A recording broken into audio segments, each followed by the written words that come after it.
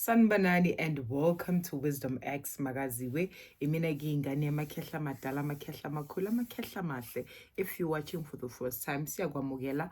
We are all about sharing wisdom, healing, and sharing light for the world to become better. There is someone on the comment section ongebuze ngebavu. It's like this person went for a consultation and then she is told ukuthi she must ayenze ibhavu mhlambe bamfake ibhavu and then maybe she's contemplating ukuthi no ibhavu elani and all of that. It's very much important to consultation if we are tshelwa ama-remedies azokusiza ubuze, like, so that you can get more information ukuthi if you talk wenzelwa ibhavu elani lelo ibhavu. Normally ibhavu, it's literally to just cleanse you and really open you up so that you can be able to see your visions, to be able to hear ingilosi yakho mayikhuluma. So ibhavu is not really a bad thing, but the ingredients that they are going to use there mabazokwenzela ibhavu, because of it's more of like when you go emfuleni in the rivers, nithi nogeza, but you come back ukhathele, you know. Ibhavu nalo, it's also a safe space, because why ngizothi safe space, awuyi ngaphandle emanzini asetshenziswa uwonke umuntu. What happens is that niyakwazi ukukha amanzi ngaphakathi kwegceke la uhlala khona uthele.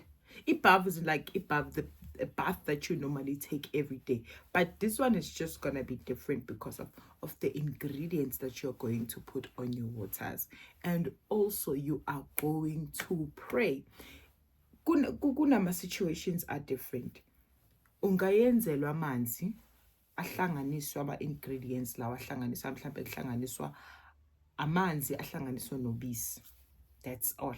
Amanzi ahlanganiswa nobisi, mhlambe kufakiwe imali ekhanyayo lapho, kukhuleke unikwe, or uthi bese kuthiwa ngene ebhavini and then uthelo. But it's quite different ke mangabe kuthiwa kuphakanyiswa ingilosi yakho. Lelo bhavu will become so much different, you know, and different healers do it differently because of if umuntu onengilosi ephakeme ingilosi isithunywa, what really needs to happen ngiyakufaka kulelo bhavu. Mangikufaka kulelo bhavu, I can use plain water, but as I'm using plain water, or I can use water with something else, but I'm not going to use water with salt because of I am trying to open you up. Ngizama ukuthi ingilosi yakho ihlale kahle kuwena, ifikelele kahle kuwena, ukwazi ukuthola imilayezo, ukwazi ukuboniswa indlela yakho. But guess what? As uzofaka kulelo bhavu lelo, now uzothelwa ngamanzi lawo, whether it's plain water, whether it's water mixed with herbs or whatever that the healer would have decided on, or azobaboniswe yona ukuthi yini le kumele bakwenzele yona. Lalela, yini into ezoyenzakala, uzothuthu uthelwa laphaya. You also need to pray. Wena kumele ukuthi nawo ukhuleke ngaphakathi. Angeke kube yi-one situation where the healer is just praying. Nawe mabathi bayakuthela ngalowo manzi lawo, or sometimes bayakwenzela lowo manzi bakuthele ngawo, but you're the one who's supposed to pray. Ukhuleke, and then the inner you isibonakalisa. So ngifuna ukubonisa abantu ukuthi kukhona amabhudlu, lento eshaya ibhudlu lokuthi kuzomela udle ibhudlu uzokwazi ukuvukelwa yisithunywa. Abanye abantu badinga ini? Amanzi. Have you seen abantu okuthiwa isontweni esikhambisa siye emanzini, masifika emanzini uyoditshwa nje, uyofakwa hlubu babelokolo bekufaka, bona bebonile phela ukuthi wena umuntu wamanzi vele, belokolo bayakhuleka bayakufaka, akugcine sekubhonga wena ukuthi. So if they have suggested ibhavu, one, do not be afraid. And angazi ngizoyibeka kanjani, you know, when they suggest things for you, also pray. also pray and ask for guidance. And noma uya lapho uyothola isizo khona noma bakufaka kulelo bhavu lelo, nawe zikhulekele, nawe zithandazele, please zithandazele, because of nami in the journey that I've walked, ngiwahambile amanzi nenkonzo, kodwa nami ngike ngafakwa ebhavini. Kodwa mina mangifakwa ebhavini, I was just ngathelwa ngamanzi kwathiwa ngikhuleke. I prayed, and that's when people saw ukuthi hayi man, just nje ngamanzi, and then sabona ukuthi hayi umakaziwe nangu uyaphakama. So even with you, ibhavu is not such a bad thing. Kunezinye izimo ezidinga ukuthi abantu sibafake ebhavini noma umuntu anganangilo sephezulu esiza abantu. Thola ukuthi sifuna ukubuyisa isimo sakhe senhlanhla. Thola ukuthi umuntu uyeza for a consultation kodwa siyambona ukuthi kunethunza hamba nalo, kunobumnyama hamba nalo, kunezinto esekayinyatheli ezimcindezelayo eziyenza, bese kuthwani menzele ibhavu lo muntu akayenzelwa amanzi, akuhlanganiswe ubisi, akuhlanganiswe iholy ash, akuhlanganiswe all the ingredients ezihlanganiswayo laphayana. Kuyakhuleka. It will depend with a situation yomuntu. Other people, you just need to take clean pure water and you pray for that clean pure water, and then umuntu ageze ngawo. And ibhavu, it's just a once-off thing. It's not like lama bhavu esiwathathayo just to cleanse every day before we go to work or when we come back from work. That special one abazobe bakwenzela yona, don't doubt. Instead, pray.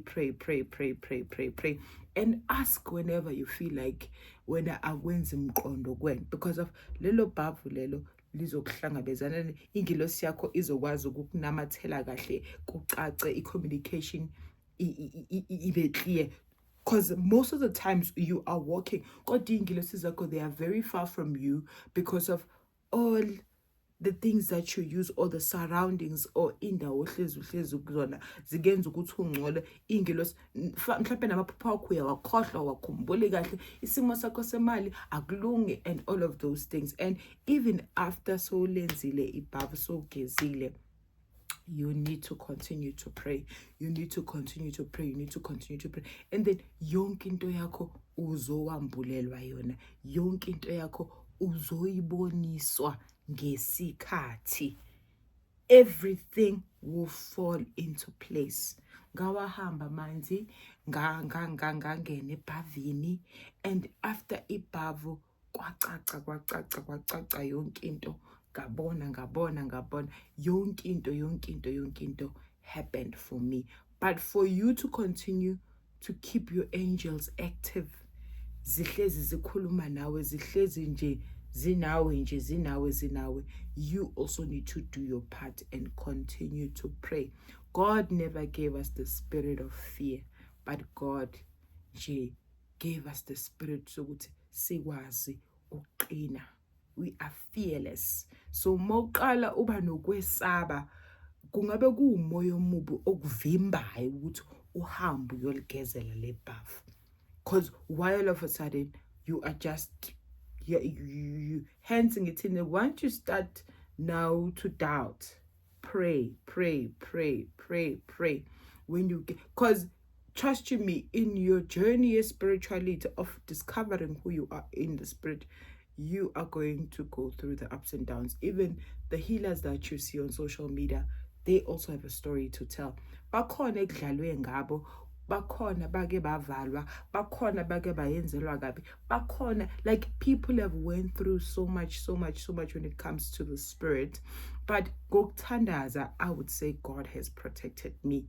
God has shown me izimo, inkinga zokuthi ungayi lapha ngoba sebekubekelele, ungayi lapha ngoba sebekwe. So basically God has protected me in so many ways and in so many things. So angeke ngize ngicambela manje ukuthi there was a point in time la mina ngavalwa khona, azange ngisasebenza, isithunywa sami ngangasabona. Hayi cha, I can't lie. Yebo ngiyacindezela, ngiyagadla, ngiyazizwa sometimes ngikhathala, kodwa ngaso sonke isikhathi I don't allow myself to just accept logo kukhathala. I just rock up and remember that I am a warrior. I need to pray and fight, because of the only way they can literally defeat me, it's when I just mina ngithi give up angihlala phansi ngiyayekela. But if I just continue to stand and fight, then abakhohlwa akekho yophumelela ethi uzama ukunqoba mina nje. uNkulunkulu angeke avume ngami ngoba namaZulu kumele avume ngami. Izulu mali ngavumanga ngami khohlwa ngoba awamamandla aphuma ezulwini, awamamandla aqhamuka yena umnini mandla wonke ngoba ngikhala kuyena ngingavuka ngikhathele kodwa mase nginikezele kuyena first thing in the morning ukuthi ngilekelele. I just ask him simple, ngisize.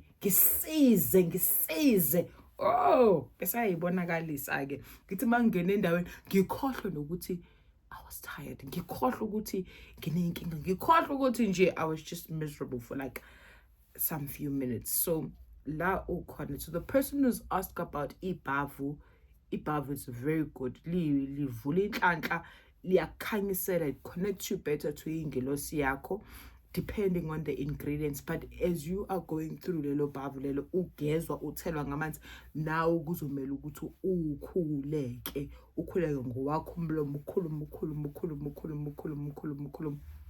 Then you wait for the results, because of the results are so beautiful, they are so amazing. Ibhavu nami ngiyalenzela abantu, but because of I am currently not available for consultation, like physical consultation, because of ngiyazi ukuthi baningi abantu ekusamele ukuthi ngibafake ibhavu. Last year I had a list of people abathi, hey mkhulu please sicela ukuthi sihambe nawe emanzini, sicela ukuthi sifake amabhavu, sicela ukuthi wenzeni. I'm trying to fix the physical part yokuthi abantu bakwazi ukuthi uzongibona or mina ngifike endaweni zabo. It will depend, but for now I am only available for online consultation. Online consultation is what I'm available for. So to the person who's asked about ibhavu, fear not, because God is with you. Pray, and inquire more. To the person okusizayo ngalelo bhavu, buza ukuthi, oh okay, what, like you can even ask with the ingredients that the person will be mixing in front of you, ukuthi okay le yini yenzani. If you feel like you don't trust the person or you feel some type of way with the person, kodwa let me tell you something, ibhavu alinalutho. Ibhavu liyasiza esikhathini esiningi nje, liyalungisa, liyaqondisa. Amen. Akube ubumbano nozwana nothando ngaphakathi kwamakhaya wenu.